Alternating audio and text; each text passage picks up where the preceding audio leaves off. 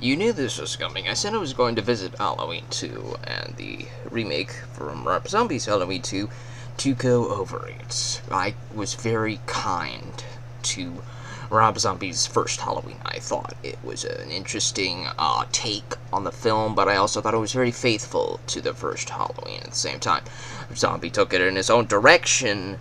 Clearly, the first act is not in the original movie, but I thought it was very nice seeing the backstory of Michael. There were two very different types of Michaels at play in the two versions. Rob Zombie's vision of Michael in the first Halloween was of a child that was in nature versus nurture, right? So, in the first Halloween, the original one, it was nature. Evil. Michael was just evil. He was just born evil. Nature. It's just his nature. And the Rob Zombie Halloween, Michael was nurtured. He was basically nurtured into it. He didn't have a happy childhood. He didn't have a happy childhood. He had a stepdad that was absolutely horrible. Absolutely horrible. Trash. He had an older sister who was also pretty trash. His mom was okay, but, she was never around, and kind of, It was just... Normally Rob Zombie's aesthetic has the whole white trash about it. You see it in most of his films, from The House of a Thousand Corpses to Devil's Rejects to 3 from Hell to 31. I haven't seen Witches of Salem, so I'm gonna not talk about that one. But in most of his films, there is that aesthetic that he keeps the same. There's like two aesthetics that he constantly keeps the same. One was that white trash aesthetic, and there's a lot of cursing and stuff. And the second one was his wife. He casts his wife and everything. And the second part, I would say, is fine if she's right for the role. Sometimes I think she is. I actually liked 31. I liked her role in 31, and I thought she did a really good job there. And I liked her in the first Halloween. I thought that was a good dynamic to have a mother who was both concerned for her child, but also kind of scared that this kid could do what he did to the rest of her family, and then it drove her into an end that was very sad. And now we reach Halloween 2. Does Rob Zombie be faithful to the original? No, he's not. He's not faithful at all. He's not. The only thing that even slightly looks like it came from the original Halloween 2 is the hospital opening, which ends up being a dream. You see, the best part of Halloween 2 in Rob Zombie's version is a flashback dream sequence or whatever. And it's like, oh wow, this is a really good opening. Is this gonna be a good movie? And then she wakes up screaming. Laurie wakes up screaming, and she's all covered in scars, and it's been a year, everything's healed, she's all good now. Well, physically, mentally, and not so much. It's just, 1 year has passed since these events of the last Halloween. Laurie's parents are gone.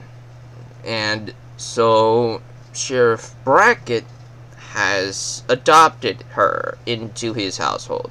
His daughter survives the first movie as well, Sheriff Brackett's daughter.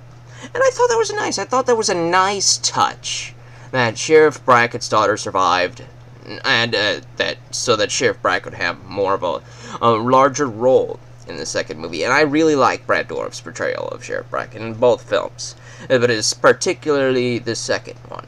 There's not a lot of nice things I could say about Halloween 2, Rob Zombie's Halloween 2, but Sheriff Brackett is one of those nice things I could say. All of my hatred for this movie does not come from anything that Brad Dourif has ever done, has done. So, we're gonna leave. Anyways, though, I suppose I'll have to talk about the stuff that I hate now. But I have one more thing I could say that I liked. As I said in the first video here, Michael McDowell's portrayal of Loomis was interesting. It was an interesting take that was very different from the original, but at the same time, it wasn't bad. While I liked Donald Pleasance's performance as Loomis, I thought he was just there to exposition dump. I didn't think he had any sort of role in the film other than to be an exposition dump to tell you about Michael. And he just talks and tells people about Michael. He just tells stories about him and how that was all of Michael's backstory. Everything that you learned about him was just exposited to you through Donald Pleasance. And, well, that's fine. I thought that it was fine. I just thought that Malcolm McDowell's performance as Loomis was just a little bit better to me personally. This is opinion. You could disagree if you like. It's fine. But I thought Malcolm McDowell's portrayal, he took the character into a darker, more selfish, morally gray area. But he honestly gave it the good 1-2 at the start for the first half of his treatment of Michael for about, 7 years or so.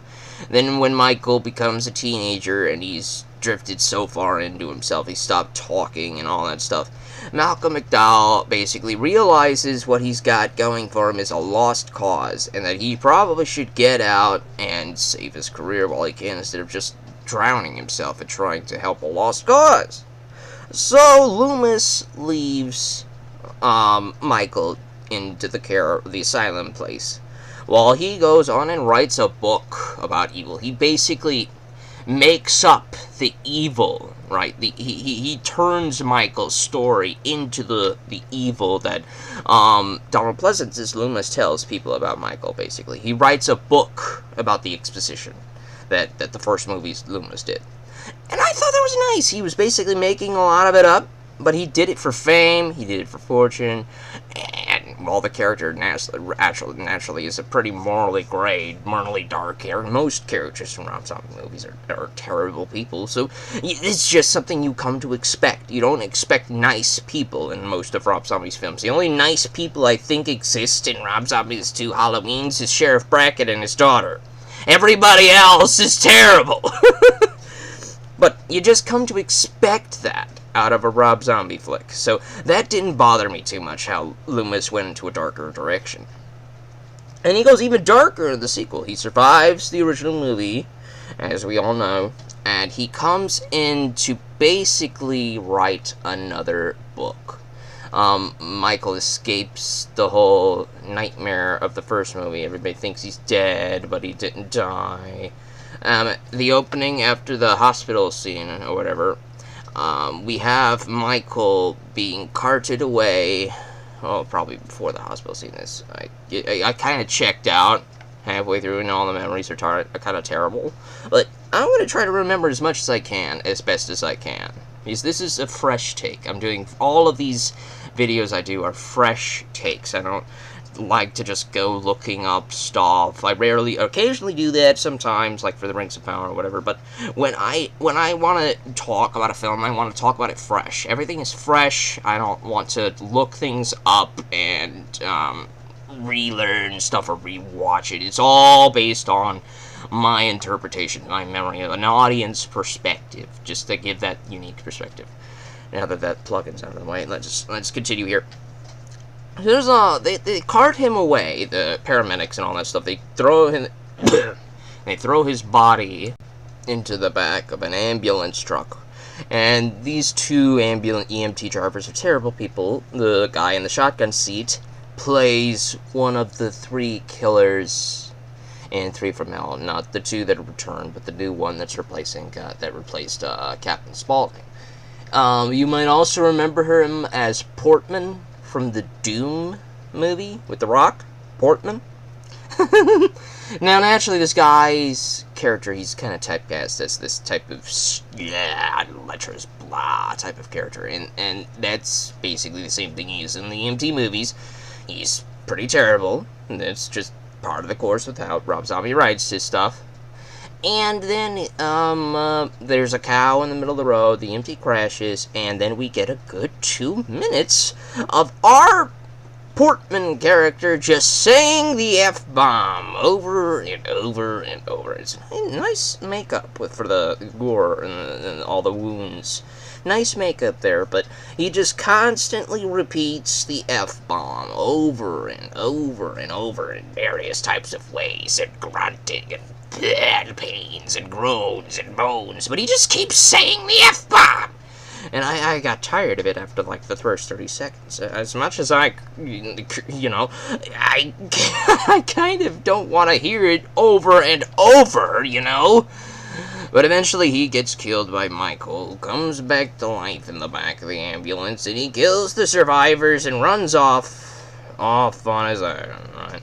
And this is the part where I start to hate this movie. After this part, the ambulance part, the EMT part. Because Michael walks towards his mother and a white horse. They're all glowing, ethereal, and all of that. And that's where I'm checked out. Now, while I understand Rob Zombie loves to cast his wife into things, and his wife kind of died, his wife's character kind of died in the first movie, I would understand if he had a bunch of flashback sequences to a young Michael and his mom interacting. Which they do exist in here, they do, except she's also there as this ghost hallucination, angelic character standing next to a white horse, and she's just, like, telling Michael what to do, how he has to reunite the family, and he's gotta go find his sister, and all that garbage that just makes me very angry. I hated this whole ghost Sherry moves on me and the white horse thing. Everything involving that was absolutely horrible. I could forgive a lot of stuff in this movie about how Laurie has PTSD problems, she's estranged with Sherry Bracken and his daughter, she has a new friend, she's got into metal and punk rock and screaming and pain, and she goes to the therapist and yelling about she needs her prescriptions, and she's all crazed up about that. I can buy all that, and I can forgive a lot of that. But this ghost Sherry Moon zombie thing with the white horse, no! I can't forgive that. I can't stand that. That thing that you watch at the end of that EMT sequence, it made me realize that I may end up hating Halloween 2. Rob Zombie's Halloween 2, not this one. But I may end up hating it. While you can agree that it takes it into the most unique direction that this film has taken the Michael character since The Curse of Michael Myers, The Curse of Michael Myers is not the benchmark you want to go towards in regards to new directions to take the story. At least in my opinion, I don't think it's good, You're providing the supernatural element or the shared hallucinations and things like that. I think that should have been kept out of it. Maybe his supernatural durability and not living through a bunch of crazy, terrible things, that should be the only stretch you should have for the Michael character. Otherwise, you should just leave him alone, leave him alone. I don't mind the nurture aspect with his childhood and how his child self-talked until he eventually retreated so far into himself. I don't mind that from the first movie. That was fine. But this ghost Sherry Moon zombie crap, and how eventually Laurie learns that she's Michael's sister, she starts to get hallucinations. She starts to go crazy. It's like, oh, is this madness genetic? And it's like the ghost of Sherry Moon zombie is actually evil too. It's like, what the hell is going on? And it's like, I didn't mind the mom character in the first movie. I thought she was pretty morally okay. She was one of the nicer characters, even though she was kind of in a morally gray area. It was still pretty nice to see that she wasn't terrible. In this, she just turns evil. She's like the cartoon show where you got the good angel on one shoulder and the evil angel on the other shoulder. Well, she's the evil angel on the shoulder. There's no good angel. Maybe the horse is the good angel. But she's... and she's, telling Michael to do all sorts of things, and then she starts talking to Laurie, and they're sharing a hallucination. And then in the finale of this, there's there's a hallucination of a young Michael straddling Laurie, and she can't get up, and he does. It's a hallucination, but they're sharing it, and it's so odd and strange that I couldn't. I checked out. I checked out. There are only 2, maybe 3 characters I liked in this movie: Sheriff Brackett, Loomis, and Sheriff Brackett's daughter. I think Sheriff Brackett's daughter's name's Annie. I'm terrible with names. But Sheriff Brackett and Annie, they're fine. I like that dynamic they have with Laurie and about how they're getting through a painful experience from last year. They're trying to move on from it. Sheriff Brackett's doing the best he can for both girls. He feels responsible for Laurie for what happened with the Michael case when he was younger and he killed the sister and the parents and all that stuff. It's just, I like that, I like that dynamic that Brackett has with Laurie and with Annie. It was really good. Annie's character was fine. She was trying to move on from the terrible. She's handling her trauma a lot better than Laurie was, and I liked seeing that. That dynamic was fine. And then the direction they took Loomis, they just went full ham. They let Malcolm McDowell just go full Malcolm McDowell, and it was excellent to see. While it may have been a butchering the Loomis character, and I might agree with that, I enjoyed Malcolm McDowell's performance all the same. I thought he might be able to save this movie. But he couldn't. He couldn't save it. As soon as Ghost Sherry Moon Zombie does her thing, the Loomis tries in vain to save the movie. But at least I watched it just for him and for Brackett and for Annie. And some characters have better endings than the others. Sheriff Brackett survives. Loomis and Annie sadly do not. In this ending sequence, Loomis basically writes his second book. He gets a lot of fame and fortune, but he's starting to experience the repercussions of all the lies and the exasperations and the hyperboles that he's been telling in his books. And one of the victims of Michael from the last year case comes up to him trying to kill him because Michael ended up killing his daughter, and he blames Loomis for Michael's existence, thinking he created Michael, he created the evil and all that stuff because I liked that dynamic. I thought that was pretty nice. I liked the dynamic where he's trying to recapture some of that fame. He's pretty douchey in this, and I like that. Malcolm McDowell's performance is fine. In the end, it's kind of forced that he just goes over to the whole police surrounding the hut that Michael and Laurie are in. I think that was kind of forced just to get him out there. I think it was. But he comes in there trying to save Michael, to save Laurie, not out of a desire of goodness in his heart, but because he wants to get publicity for doing this. He wants good publicity. He's entirely in this for self-gain, and that was fine. I liked that angle. It works for Malcolm McDowell's Loomis. It wouldn't work for Donald Pleasance's. They're 2 completely different characters at this point, and that's fine. I like them both. So this Loomis comes in there and tries to solve everything, and they realize Laurie is experiencing the same hallucinations that Michael is, and they're like, who's holding you? Nobody's holding you. And it's all very, very annoying how Laurie is experiencing the exact same hallucinations. It's very bleh. I didn't like that idea. I mean, that's part of the reason why I hate this movie to an extent. The only reason I have it is for Malcolm McDowell and for Brad Dourif. They're fine. They're great characters. They're great actors. They're great characters. So they saved the movie from an absolute 0 F-bomb rating. Instead, I'll probably give it a C-, or maybe a D+. Either way, this is the lowest of all of them. I would say this movie is more insulting than Curse of Michael Myers. Yeah, I finally saw Curse of Michael Myers. Because with Curse of Michael Myers, it is one of the most forgettable movies ever. And that's a good part part of it, because I don't remember much of it after watching it. So I can't get mad at what I don't remember. This, I remember, and I hated it. You know, when you strongly hate something when you watch a movie, it sticks with you. It sticks with you for years and years and years and years, and you know exactly why this movie is so hated to you. But when you watch Curse of Michael Myers, and you go like, meh, the whole time through, and then like a day afterwards you've already forgotten it, that saves that movie from being the lowest rated, because you still remember why you hate this one. That's why Rob Zombie's Halloween 2 is at the bottom of the barrel. I thought he started out really strong with the first Halloween. I thought he started out really good. And if he never made a sequel, I would have preferred that. You know, I think he said in some interviews earlier on that he wasn't going to make a sequel, and I agree with that.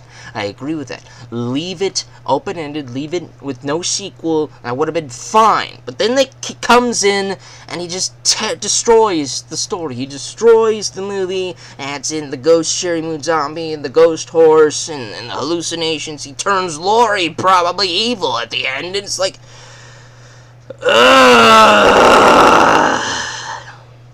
So yeah, this is going in the rant files, not the film files, like the other Halloween versus Halloween. You know, I'm putting this in the rant files because I could rant for a long time about how this movie is terrible. How it's like, I barely talked about this one, but I don't need to. Most people have seen it. Most people like it. On a lot of levels, I think it's better than the first one on a lot of levels. I like the Loomis character more in this one than in the first one.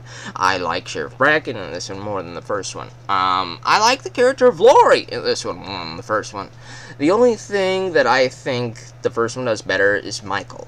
Because Michael is a lot more ominous. It's a lot less tropey in regards to the slasher genre. The first Halloween kind of stands apart from the rest of these in that unique way that, like, makes it stand the tests of time. When you think of Halloween 2, you do think of the typical slashers of the 80s. You do think of Friday the 13th. You do think of Freddy and all that other stuff. You do think about that. But when you think of the first Halloween, there's a certain thing that sets it aside from most of the other movies, and that elevates it over these, because they're all very similar, except for this one. This is very interesting. This is very unique and interesting, and I might talk about this later, but this is about these two here. I haven't seen 4 and 5, Halloween 4 and 5. That's probably the only two that I haven't seen outside the new Halloween Ends, which I don't think is out yet, but when it eventually comes out, I may eventually see it, but who knows, whenever. But 4 and 5, I would have loved to have added to this collection, but they just don't release those. They don't release those in hard copies. I don't understand why. You know, I understand that they might be bland and blah, but Curse of Michael Myers is certainly far worse than 4 and 5, clearly, you know, but I don't understand why they have never re-released those copies. You know, they re-released these copies. They released Curse of Michael Myers all the way through to Halloween Resurrection in a 3-pack. They keep re-releasing those. They re-released Rob Zombie's Halloween 1 and 2. They re-released the first Halloween. They keep re-releasing all of the Halloweens except for 4 and 5. I don't know who owns the rights to those, but, you know, maybe re-release those. That would be cool, you know, re-release DVD copies of those, cheap DVD copies, you know, instead of, you know, the 4Ks. I know they have 4K versions of 4 and 5 out there, and I do know that there is a producer's cut of Curse of Michael Myers. There's a producer's cut that's basically almost an entirely different movie from the Curse of Michael Myers that's re-released nowadays. You get the theatrical version of Curse of Michael Myers in these hard copy cuts. You know, I would have liked to see the producer's cut of Curse of Michael Myers. I thought, if I remember correctly, there's a lot more Loomis in Curse of Michael Myers because they had to do a lot of reshoots for Curse of Michael Myers because of a test audience that they showed the original cut to. The test audience from what I know, consisted of small children. And it's like, why would you be showing Halloween to children? Why would you show Halloween to young teenagers? You shouldn't be showing to Halloween slasher to young teenagers, period! Let me look at the back here. Ah, here we go. You see? Even for the 80s, Halloween 2 is rated R! That means no teenagers should be seeing it. One was Curse of Michael Myers rated PG-13. Because I know the theatrical cut for it was rated R. Was the producers cut PG-13 so they could show teenagers? I don't know why they were the test audience. That was terrible. It was a terrible idea, and it was terrible for you to take their feedback in regards to butchering that movie, but whatever. I'm not going to go off on that type of tangent. That'll turn this into a rambling files instead. But I'm done talking about how much I hate Rob Zombie's Halloween 2. I love this one, though. This one's awesome. This was amazing. This is fantastic. Probably the best of all of the sequels. It's better than the Blumhouse movies. It's better than Halloween 3. It's better than all of them. It is the best Halloween since Halloween 1. The original Halloween 1, you know. So, yeah, we're done with that. This is the bottom, and this is probably the top. That's how polarizing it is. This is probably the best one, in my opinion, and this is the worst one! Be imaginative.